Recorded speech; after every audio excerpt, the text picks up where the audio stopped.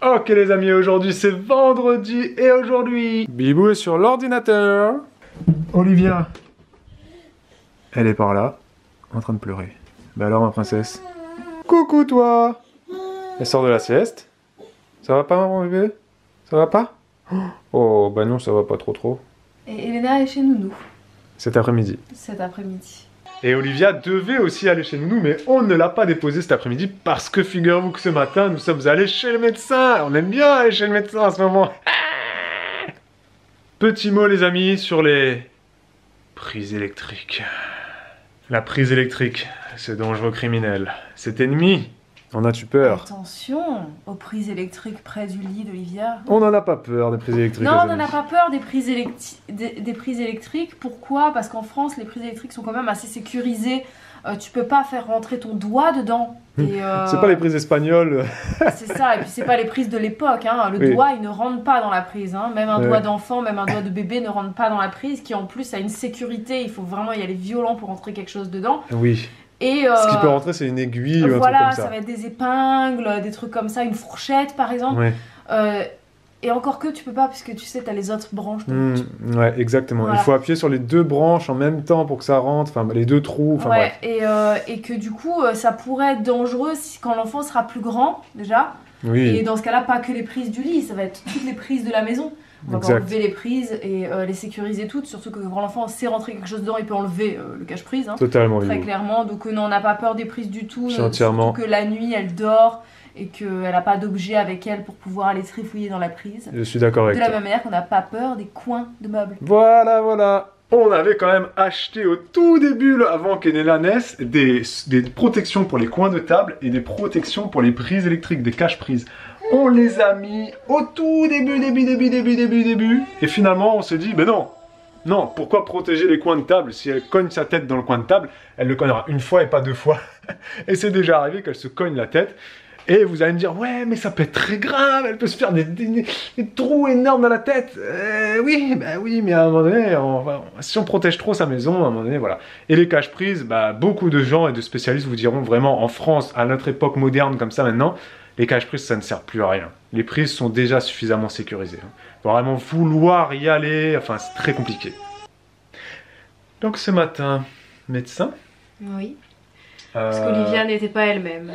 Ce matin, elle était enfin, là, elle n'est pas elle-même. Depuis ce matin, en fait, elle s'est réveillée, elle est pas bien.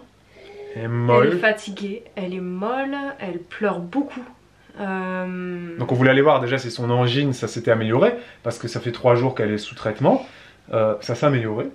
Mais c'est pas encore la folie de l'amélioration. Oui, surtout que ça s'est amélioré, mais on sait pas vraiment à quel degré, puisque le médecin qu'on avait vu la dernière fois, c'était pas le même cette fois-ci. Oui, ils tournent, ils sont à plusieurs dans le cabinet.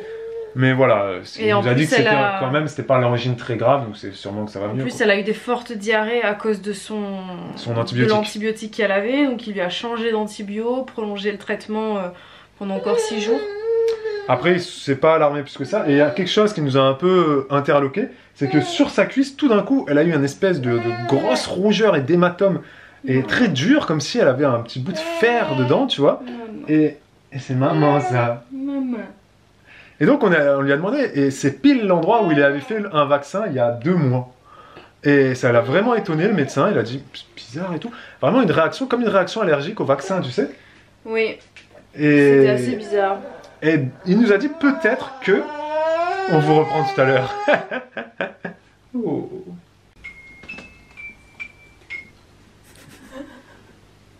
Ça va mieux, on dirait. Ça va un petit peu mieux. Tu n'en auras pas. Et d'ailleurs, tu ne fumeras pas, attention à toi. Hein. Donc le médecin, la piste qu'il nous a lancé, c'est peut-être que donc cette inflammation qu'elle a eue sur la jambe, à l'endroit où elle avait eu le vaccin contre le pneumocoque, et c'était il y a 2 mois, et bien il nous dit peut-être qu'elle a chopé en plus de son angine. Non, pas en plus. Elle aurait chopé peut-être un pneumocoque, que l'angine du coup serait un effet secondaire du pneumocoque, et qu'en fait son corps se bat contre le pneumocoque. Du fait du vaccin. Et comme le foyer d'anticorps est au niveau de là où elle a été vaccinée, la piqûre, et ben voilà, ce serait pour ça qu'en fait ça s'est enflammé.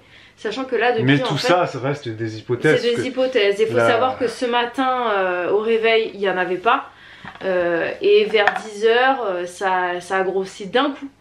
Chez le médecin, ça avait déjà un peu désenflammé. Elle était vraiment faille. Là, vraiment, on peut dire, à partir de 10h, là, elle était amorphe pendant, jusqu'à maintenant. Et sans fièvre, hein, donc c'était assez étonnant. Et ça s'est désenflammé dans l'après-midi. Là, il a vraiment beaucoup diminué. Donc on sait pas trop quoi. Donc merci encore à nos médecins qui ne nous alarment jamais, qui nous donnent des pistes qui sont parfois très intéressantes. Et c'est vrai que la médecine n'est pas une science exacte, tu peux pas savoir. Et surtout vraiment... d'une personne à l'autre, tu vas avoir des symptômes différents.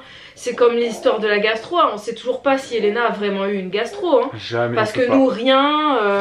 Ça peut être tellement de choses, Donc, il faut savoir aussi que très souvent la gastro, c'est gastro-entérite, donc vomissement plus diarrhée. Elena n'a jamais eu de diarrhée, et d'ailleurs les 2 gastro qu'on a eu en début d'année c'était pareil, personne n'a eu de diarrhée, c'était vraiment des vomissements. Bref, on ne sait pas. L'épisode médecine se termine pour aujourd'hui. Pour cette année même, j'espère. Hein. On ne sait pas, on verra. Si vous habitez dans les Pyrénées-Orientales, le département numéro 66 en France métropolitaine, n'hésitez pas à nous contacter en privé, Facebook, Twitter ou Instagram, pour nous donner des noms de médecins qui partira un peu vers l'homéopathie. Non pas qu'on veut s'éloigner de la médecine traditionnelle, et non pas que nos médecins, on ne les aime pas. On adore nos médecins. On en a 2 là, c'est vraiment un cabinet, ils fonctionnent à 2 et ils sont vraiment tout le temps super. Ils nous alarment jamais, ils donnent toujours des très bons conseils, mais voilà. Des fois, on aimerait peut-être s'orienter un peu vers l'homéopathie, vers le médecin homéopathe. Parce que voilà, on a envie de complémenter un peu les choses, d'avoir d'autres avis, et d'autant que nos médecins, nos 2 médecins là, eux-mêmes, des fois ils nous disent, voilà, par exemple les antivomitifs type Vogalène, ils sont pas fans non plus. Ils disent, vous savez, c'est pas des médicaments pour les petits comme ça leur fait pas toujours du bien. Même les antibiotiques, voilà, ils donnent les antibiotiques, mais des fois c'est plus parce que tout le monde demande des antibiotiques aussi, c'est vraiment un effet comme ça. Et des fois, il y a des effets qui sont assez violents. Là, l'antibiotique, ça crée de fortes diarrhées. Et on le sent qu'ils donnent ça parce que c'est la formation qu'ils ont eue. Mais à demi-mot, ils nous disent, voilà, bon, ça va être quand même assez costaud. Voilà, donc on aimerait des fois s'orienter vers, pourquoi pas, le médecin homéopathe. Donc si vous avez des noms, vous nous contactez en privé, les amis.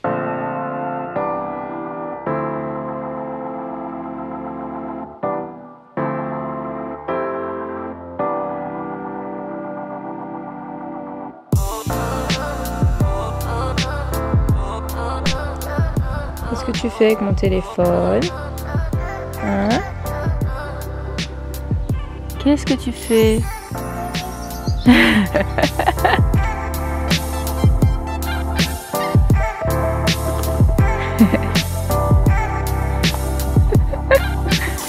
Bah tu peux pas, c'est fermé.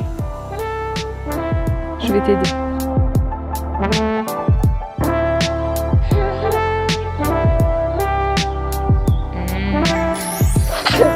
Ouais.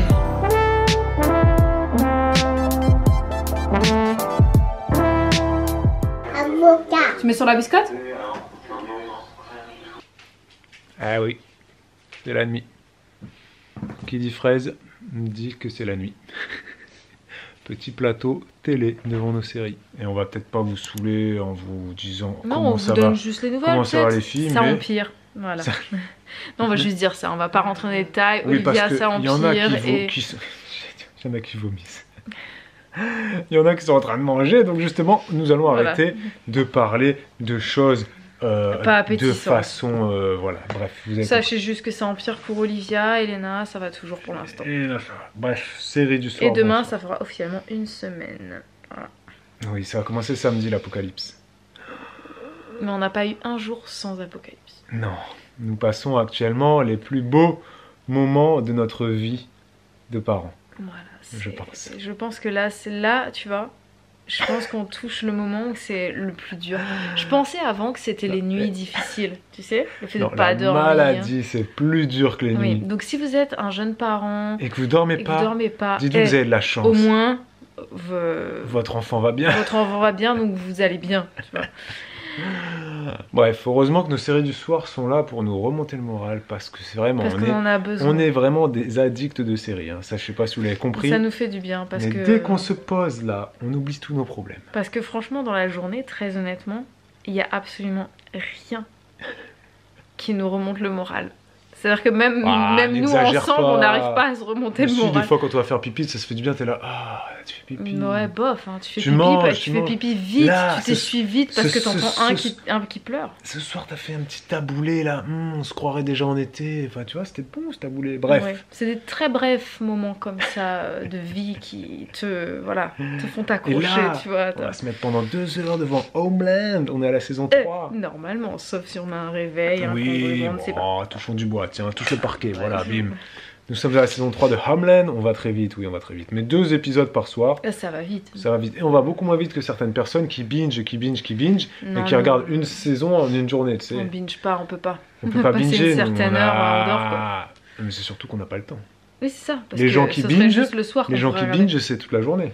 Ah oui, tu binges pas en une nuit. Hein. Et sinon, mon nez est toujours pris.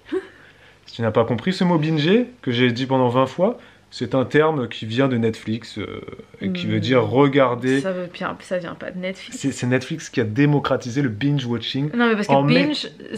Mais c'est Netflix qui l'a démocratisé parce que Netflix a été le premier précurseur à dire on va pas sortir un épisode par semaine. Par exemple, Game of Thrones, ils font encore ça, ils sont un peu débiles, Game of Thrones. Non, mais to binge, c'est un verbe en fait, ça veut dire engloutir. Oui, mais oui. Non, mais je précisais juste.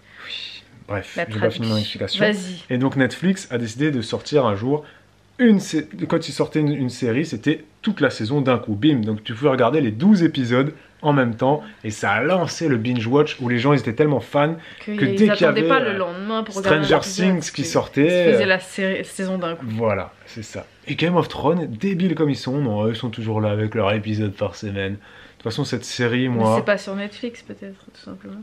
Oui, mais après, ils ont tous pris le pas.